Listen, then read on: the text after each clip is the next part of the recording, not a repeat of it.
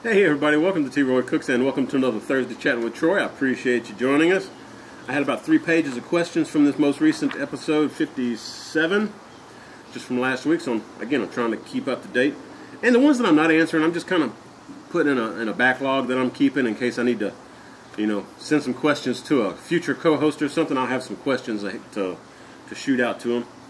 But yeah, man, if I don't answer your questions within 2 or 3 episodes, go ahead and you just leave it in the comments down below. Leave me the question again, and I'll see if I can get to it. I will eventually get to it. But that brings up the point. Folks, if you do have a question for me, if this is your first time here, you've got a question for old T-Roy, you just put it down in the comments section down below. We're a large community. We love barbecuing, and you'll see from time to time, I got quite a few YouTubers that comment, and also people that are not YouTubers, but they also they do stuff on the side, barbecue at home, and they've got a lot of input as far as the different types of cookers and different techniques for cooking and stuff, so you'll see them chime in from time to time. And if you have any experience and you can help answer a question, maybe I didn't answer it sufficiently, or maybe you've got a different take on what the answer should be, go ahead and leave it in the comments section down below. I'll usually tell you who it is that asked the question, and you can just put a plus and then their name, and that way they'll get an email notification knowing that you put a comment and tried to get their attention to answer their question. So we got that going on there, and man, I just can't do this without all of you. I really can't. This is a wonderful community. I'm still enjoying it even after a year, and appreciate y'all tagging along with me, and I'm glad you're enjoying it as well. If it's your first time here, though, I do put a lot of information down in the description box. Just hit show more beneath the video. That'll open the description box. You'll find all the questions on this episode and where at in the video that I answer them. You'll also find some links for the YouTubers that I may mention. You'll find their channel links down there, and I've got a lot of YouTubers that are up and coming, so they've got young channels, and I love those young channels, man. They really put a lot of effort into what they're doing, so it's refreshing. But y'all keep up the great work out there, guys. Oh, I wanted to mention too, this is from my buddy Rich. Rich's River Smokers, West Virginia. I'll put a link to him down below. In fact, for Rich, I'll put a link up here for you. There you go, Rich. But look, Rich, I found this river beer, man. Check this out, bro. This is a handcrafted American lager. And I figured I would give it a shot today. We'll see what it tastes like. So, cheers to you.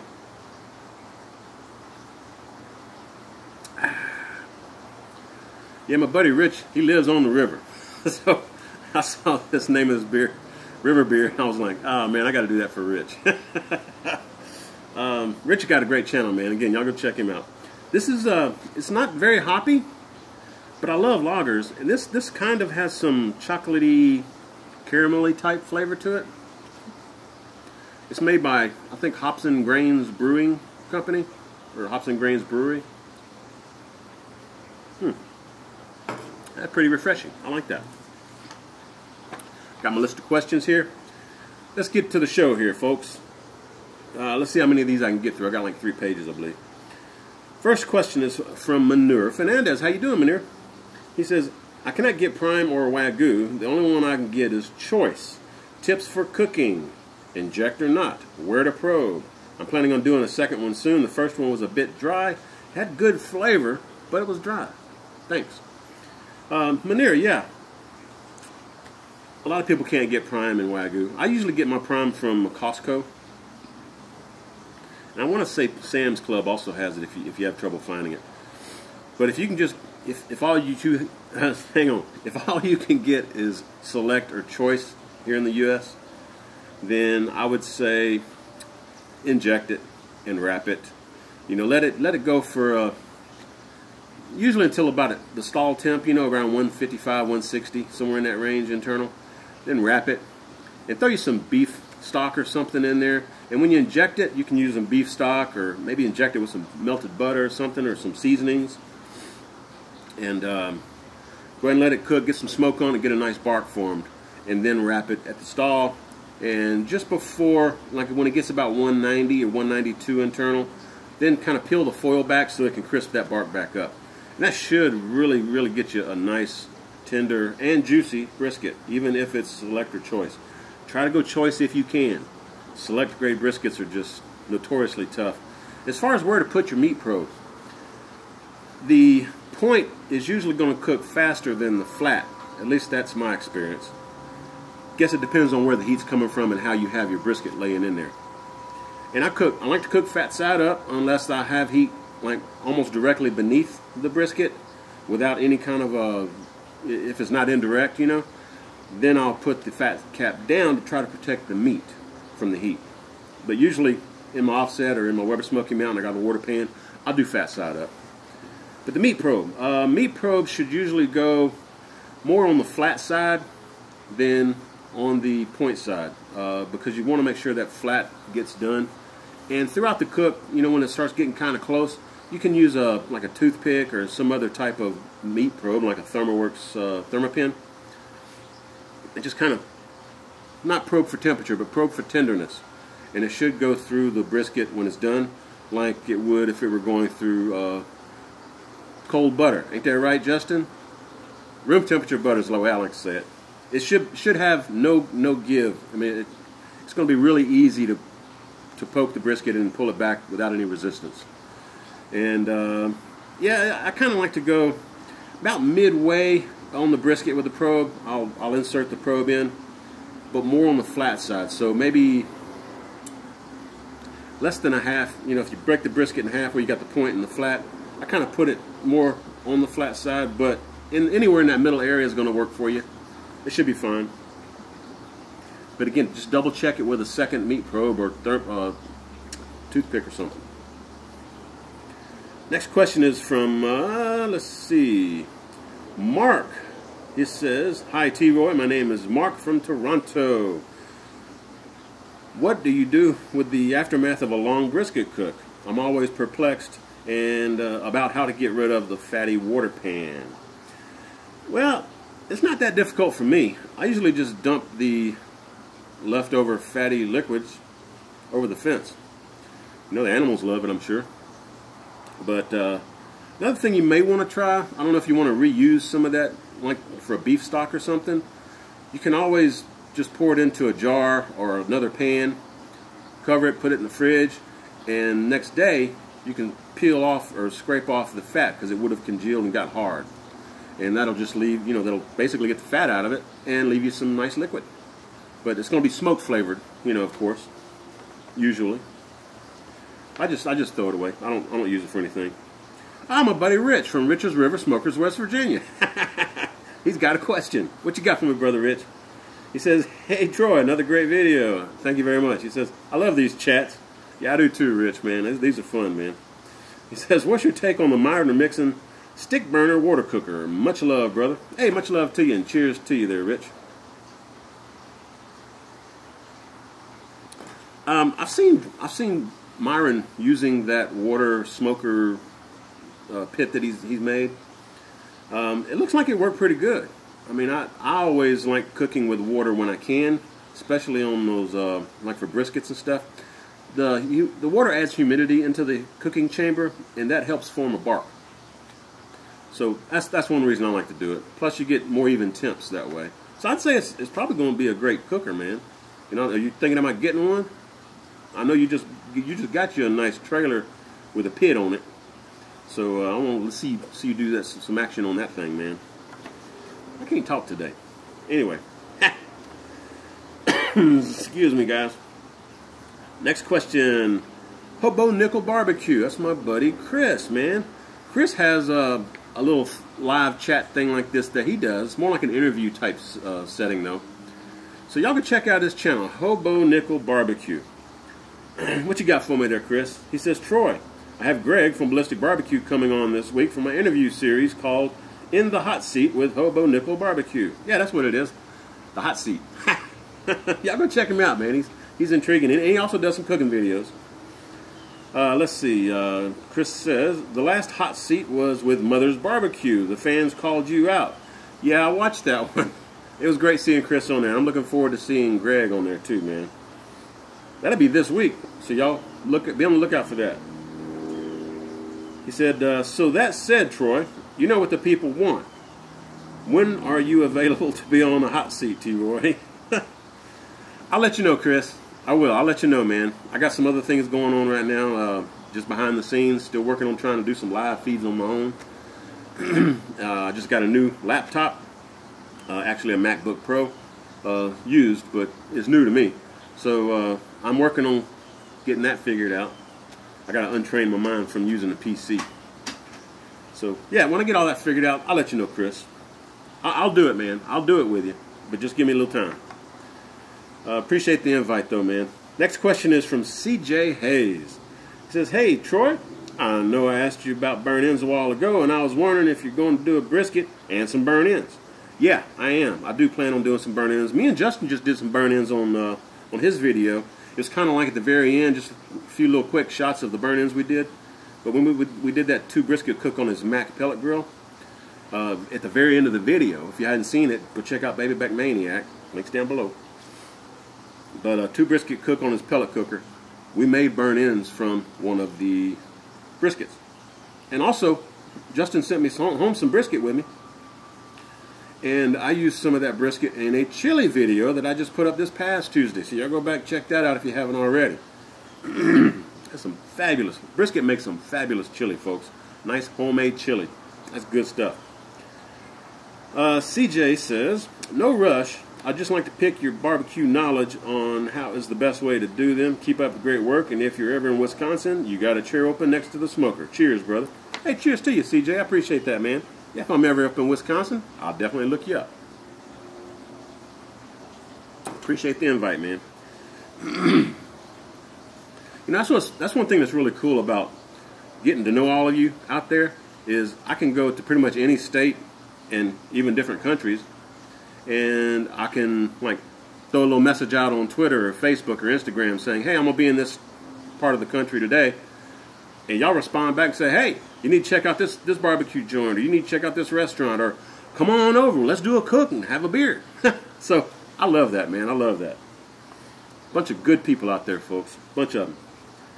All right, next question is from Stu Harrod. How you doing, Stu?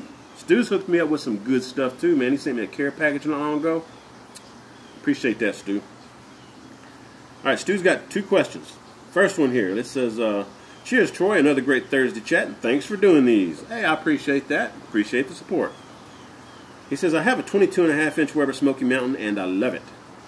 You've mentioned using an entire 18-pound bag of charcoal for long, slow cooks and or high temp cooks, but my Weber Smoky Mountain won't hold that much charcoal without spilling over the sides of the charcoal ring. Are you using the standard charcoal ring that comes with the Weber Smoky Mountain, or did you upgrade to a larger from the Cajun Bandit?" I upgraded mine to the larger one, and it's a stainless steel from the Cajun Bandit website, cajunbandit.com. Put a link down below for you. They got some really nice products over there for your Weber Smoky Mountains, and I think for your Weber Kettles as well, over at the Cajun Bandit website. Yeah, it's the one from Cajun Bandit's a little bit larger, and it has a little bit better airflow. But man, I was putting right out an 18-pound bag in my original fire ring for my Weber Smoky Mountain, my 22.5-inch. So mine would fit it in there, and then you may have to pile it up a little bit on top. But it would. I'm pretty sure it fit 18-pound bag of charcoal. So I don't know. I could be wrong. I'm trying to think. No, I don't have it easily available to show you the difference in the size. It's not that much bigger, but it is bigger. Let's see. He's also asking how much difference does it make. I'm considering buying one to upgrade my Weber Smoky Mountain, and hoping it'll help, especially during these cold months in Kentucky. Yeah, it will fit a little bit more charcoal, and like I said, it has better airflow, so it will help with those long, slow, and low cooks, especially in wintertime. Question number 2 from Stu. He says, also, does ordering products from your affiliate links help support your channel? Yes, very much so, it does. I appreciate each of you who use the Amazon affiliate links, the Slow and Sear links, the Thermalworks links that are down in my description. Just hit show more, you can get to them. But yeah, that does help. It's not a whole lot, but that extra 50 to 100 bucks or whatever a month, it helps. So I appreciate it. He says, also maybe ordering a Slow and Sear for my son for Christmas. He's young and on a very limited budget, just starting out this year with barbecue on his Weber Kettle. Thanks, Troy, and cheers again. 2-drink question. That's right. You hit me twice. Cheers to you, Stu. Ah. Yeah, man, slow and sear. I don't know if there's a better accessory for your Weber Kettle. That slow and sear is amazing, man. You really don't need to get a Weber Smoky Mountain if you've got the slow and sear in the kettle. It produces the same flavor and the same looking bark as, you know, on your Weber Smoky Mountain. So that's a nice, very nice product that Adrenaline Barbecue made. He's got his own channel too. I'll put it down below too. Adrenaline Barbecue. Y'all better check him out. The guy's name is David. David made these slow and sears, and he's marketing them pretty heavily right now. So, but they're a fine product, folks. Y'all go. Hope you do get one for your son, Stu. It's a good product, man. Next question is from Joe Ease. Hope I said your name right, Joe. He says, how the smokiness of briskets you had from the Mac pellet grill compare to those cooked on your Yoder? That's a good question. I was talking about that video that me and Justin made earlier about cooking 2 briskets on his new Mac pellet grill. I mentioned that I would try to let you know what the difference in the flavor was between what I cook on my Yoder offset and on the Mac pellet grill. I will say it was pretty close. That Mac pellet grill is a nice grill, man. Nice pellet smoker. So it was pretty close, but it wasn't quite the same flavor that I get off of using my offset. I would say the Mac pellet grill is more comparable to like the Weber Smoky Mountain. Okay, you just don't quite get that smokehouse flavor from your meat as you would if you cooked it on your offset. So that's my 2 cents. It was some fine tasting meat though. Justin did a fantastic job on that cook, man. Next question. Oh, it's my good friend Mad Dog. How you doing, Mad Dog? He says, cheers, Mad Dog. All right, Mad Dog says, T-Roy, my man, when cooking a brisket at 225 or 250, how fast will the brisket cook? It's usually about an hour and a half per pound if you're using selector choice. If you're using wagyu or prime, it's going to be more like an hour to an hour and 15 minutes per pound at those temps. Yeah, and then he says the general rule in that temp range is 1.5 hours for every pound. Right. He says, keep me posted. Need to know everything for Thanksgiving. You're the man on YouTube, Mad Dog. Oh, and by the way, the beard is looking good. Any chance how long you have had a beard for? Oh, and would Karen allow you to shave it if you wanted to? Karen don't want me to shave my beard. In fact, I've had this beard and mustache since I was in 7th or 8th grade. I let it grow out. And I had a nice beard and mustache in 8th grade, I remember specifically. But I've only shaved off my beard and mustache once. That was when Karen and I first got married and she didn't like it. So since then, I've had a beard and mustache. That's been, what, 20 years. There you go. Get out of there. Dang bees trying to steal my beer. I may should let them have some so they get a little drunk. That'd be funny watching them fly around, wouldn't it? All right. Anyway, Mad Dog, thanks for the question, man. Next question's from Jaeger PDX. How you doing, man? He says, love the Thursday chat, Steve Roy. I appreciate that. Cheers to you. Appreciate that very much. I really do enjoy doing these Thursday chats, man. These are a hoot. And y'all ask some great questions, man.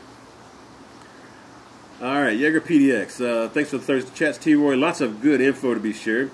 He says, I was wondering if you have any thoughts on the sous vide method integrated with barbecue. Have you ever tried it? Maybe you could try it out on a Tuesday cook sometime. Sous vide and smoked brisket, maybe? Cheers, brother. Yeah, cheers to you again there, Jaeger PDX. Appreciate the question, man.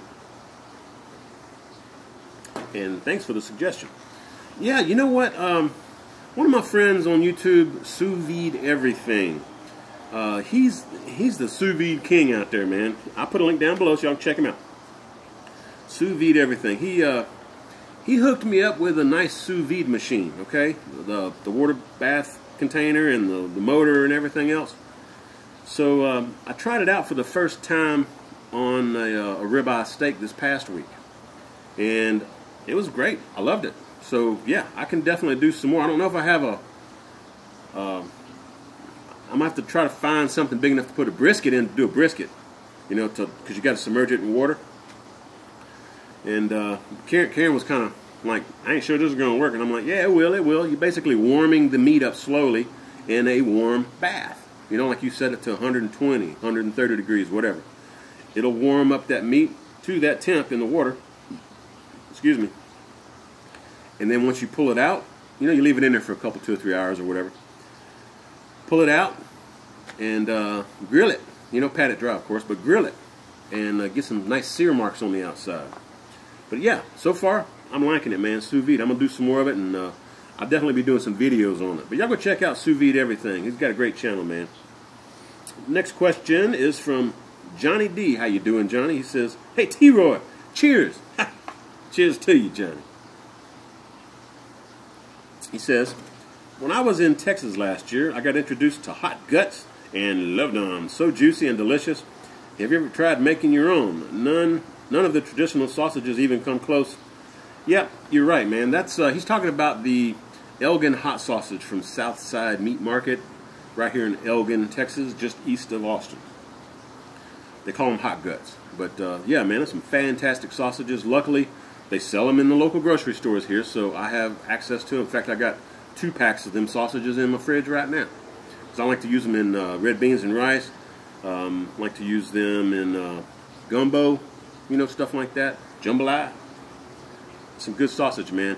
I haven't really made my own sausage. I think I did it one time when I first got my grinder, but I haven't done it since then. Karen and I don't really eat a whole lot of sausage. Just like put it in a piece of bread and eat the sausage like that. We don't usually do that. We usually cut it up and put it in something. But we don't eat a lot of sausage. So that's kind of why I haven't done it. Anyway, I'm getting off track here. Appreciate the question, Johnny. That's some good sausage, man. Love that Elgin hot sausage. Next question is from Scott Collier. He says, another fun Thursday chat to you, Roy. I appreciate that. Appreciate that very much. He says, not a barbecue question, but where did you get that epic flamingo tropical shirt? Thanks again for the video tutorials, Troy, and cheers. Hey, Scott, appreciate the support, man. Yeah. I always get a lot of comments when I wear that flamingo shirt. I don't know if you can see, you probably can't, but just over here off camera, maybe I can turn it just a little bit so you can see. See if I can do that. Oh, there you go. See that flamingo over there? Also have another one back on the other end of the pool. There we go. Karen likes flamingos. I don't think she'd ever have one that was live, but she likes they're pink. You know, what woman doesn't like pink? But Karen got me that shirt, and I'm pretty sure she got it off of Amazon. If you check out my Amazon store link, that's down below in the description, you can find that shirt along with some other shirts that are colorful like that I do wear sometimes. So I'll check it out. Link's down below. Appreciate the question, Scott. Next question is from Jamie Satterley. He says, hey T-Roy, awesome chat. I was wondering if you've ever tried any Country Boy Brewing beer. It's based out of Lexington, Kentucky. He says, Cougar Bait is another big seller of theirs. If not, and you see it, you need to try it. Cheers, man, and smoke on, brother. Hey, Jamie, appreciate that. Cheers to you. I've never heard of that company, man, and I've never seen their beers around here. We get a lot of beers like from, well, here in Austin, of course, but also a lot of beers from California and like Washington State. But I don't really see any beers from Kentucky that I remember noticing. I'll definitely look for it, though. Yeah, if I can find it, I'll do that. Thanks for the heads up. Next question we got is from Andy Miller. How you doing, Andy? He says, hey there, T-Roy. Cheers to you. I'm trying to get me drunk. Cheers to you. What you got for me, Andy? He says, I am new at smoking. I have the 18.5-inch Weber Smoky Mountain. My question is, in your last Thursday chat, you mentioned 4 to 6 cooks before you can maintain temps. Do you ever really clean out the cooker with soap and water, or just clean out the pit and the water pan? Thanks and love all the videos. Yeah, Andy, I usually don't do a thorough cleaning. Maybe once a year. I I never scrape it down with soap and water, just warm water and maybe a sponge or something. You know, if I just kind of want to knock off some of the crusties that kind of get built up in there from barbecue sauce or from you know, too much smoke will form those little creosote flakes in the lid. Sometimes you got to knock those off. But usually I just hose it out with my garden hose. You know, I got like a jet sprayer on the end of it. I just hose it out, man. That's all I ever do, and it works for me.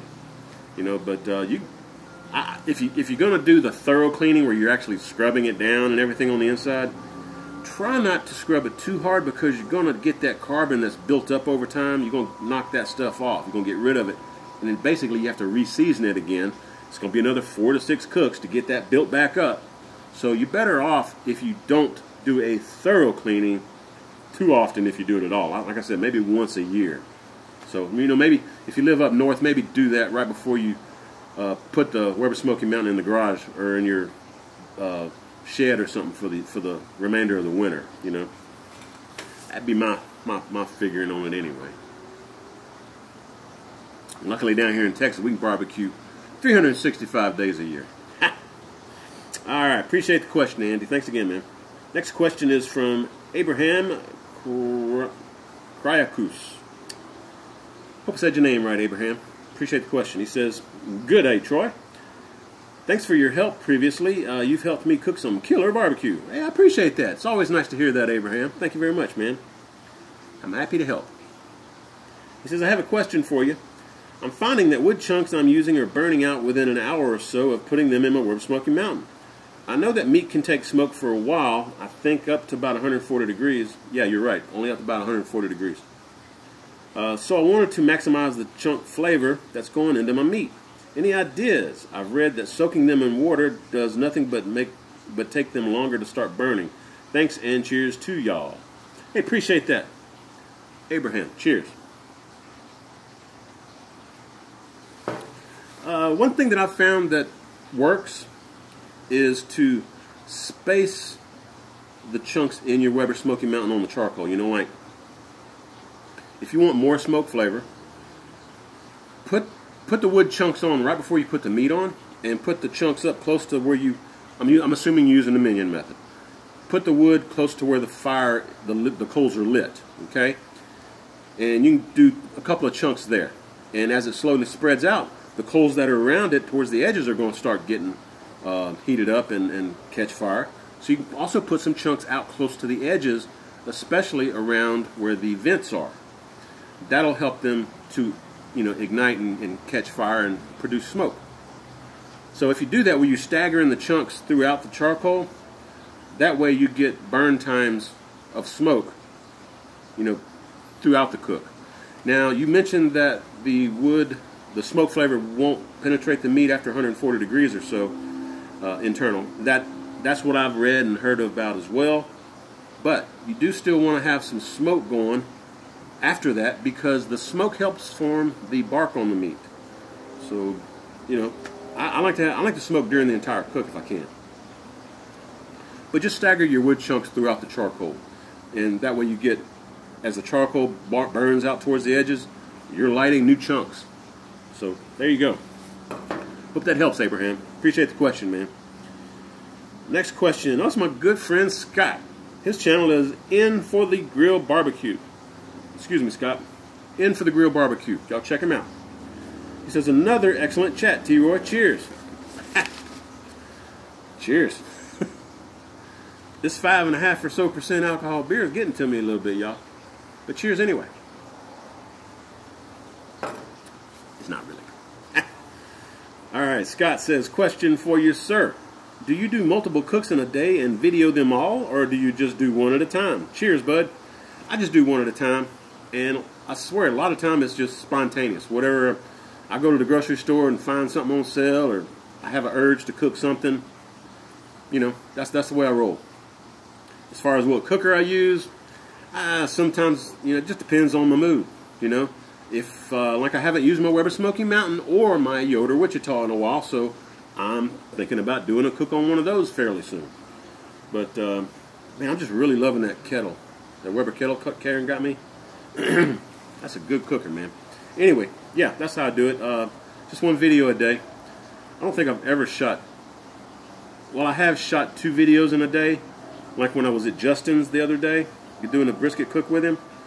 Yeah,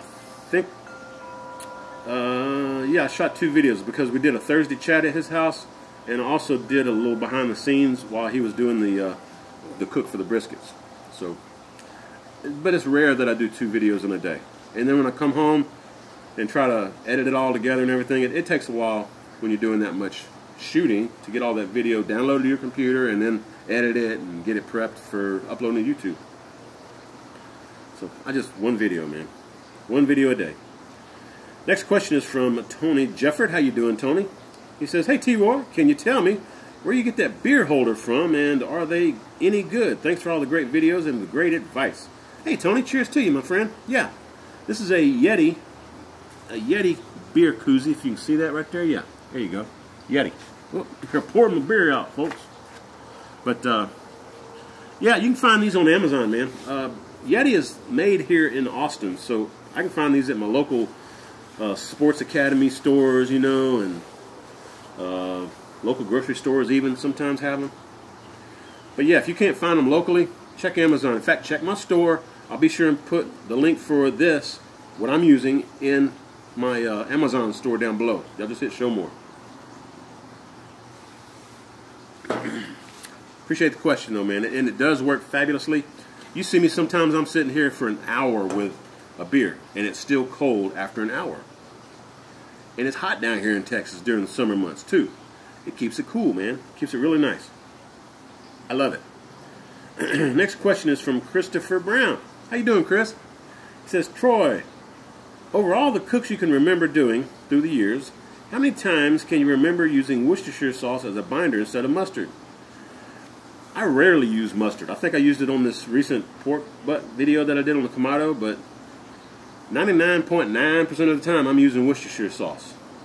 That's just, I just like the flavor of the Worcestershire more so than the mustard. Plus with the mustard, it's almost like you have to water the mustard down or put a really, really thin coating on the meat, because if you don't, when you put that rub on there with the mustard, it kind of cakes up on the outside.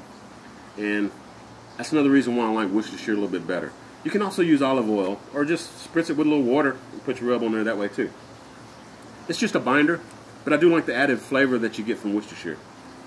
Get out of here. I don't want to get stung again, man. Get out of here. Dang it. Move my beer over there. Maybe it'll leave me alone.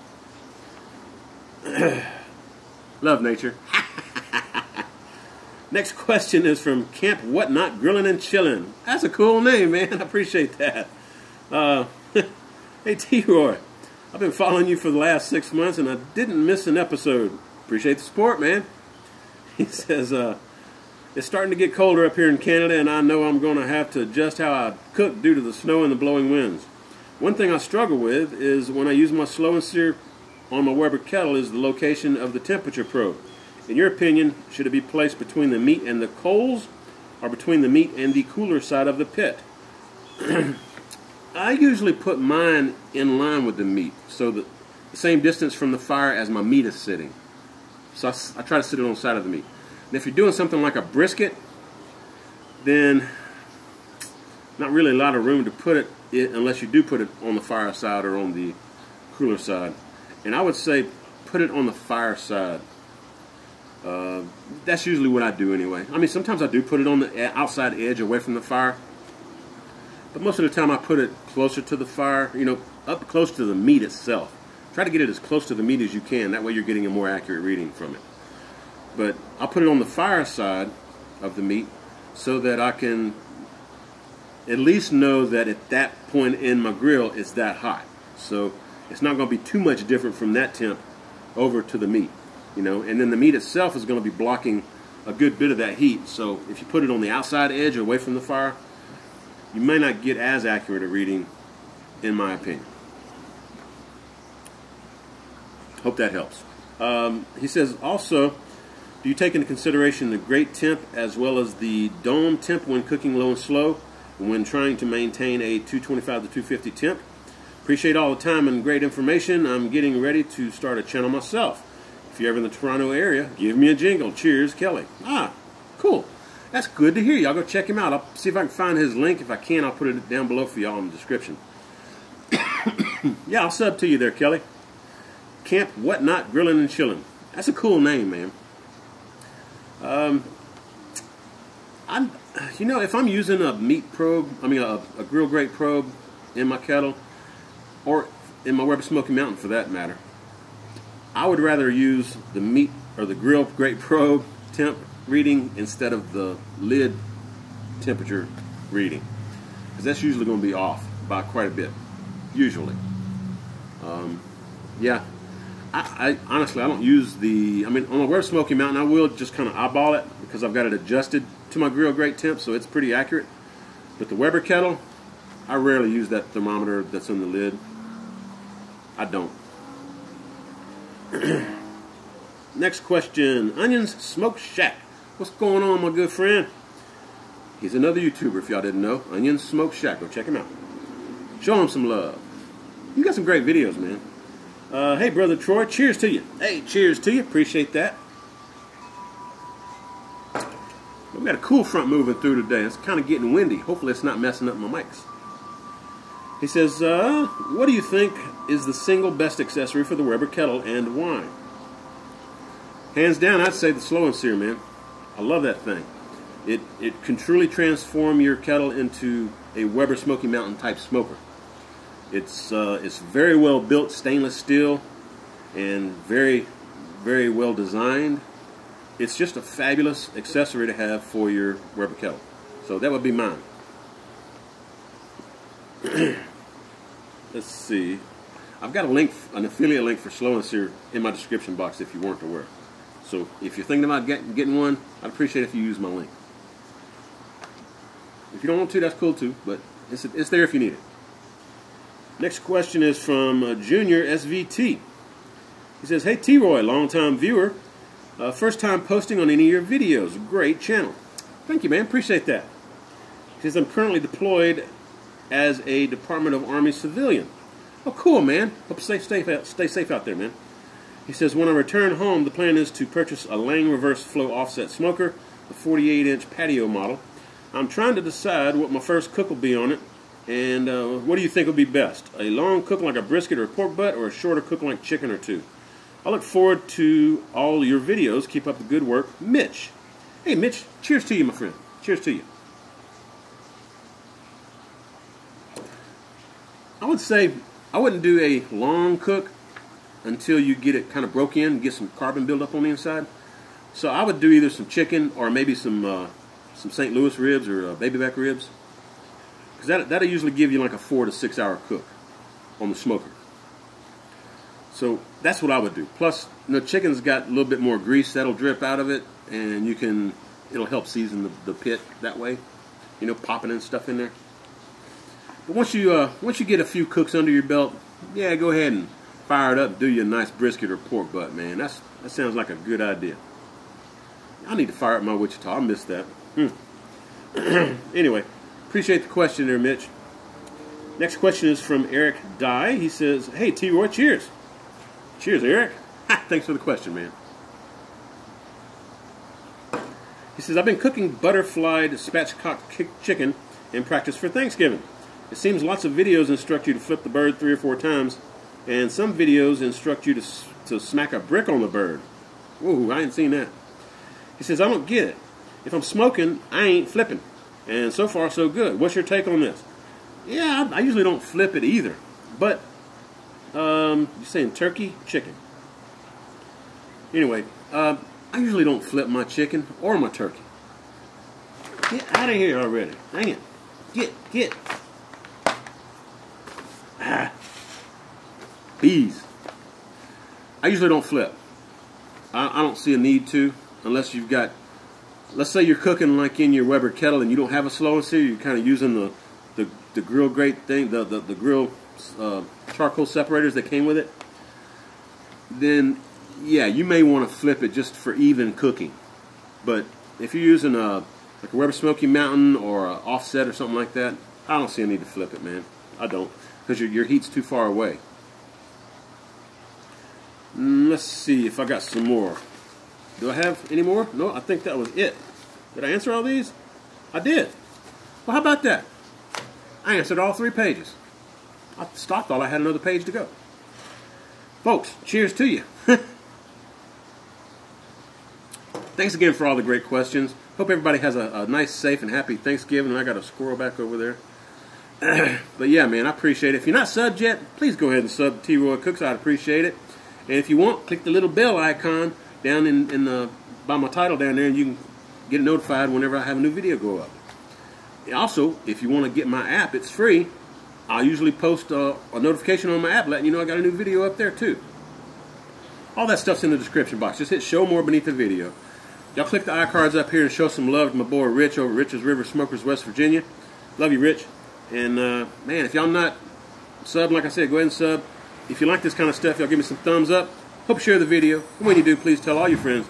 T. Roy Cooks responsibly. Cheers. That's a garbage truck out front. Y'all hear it? Catch y'all next week, folks. Laters.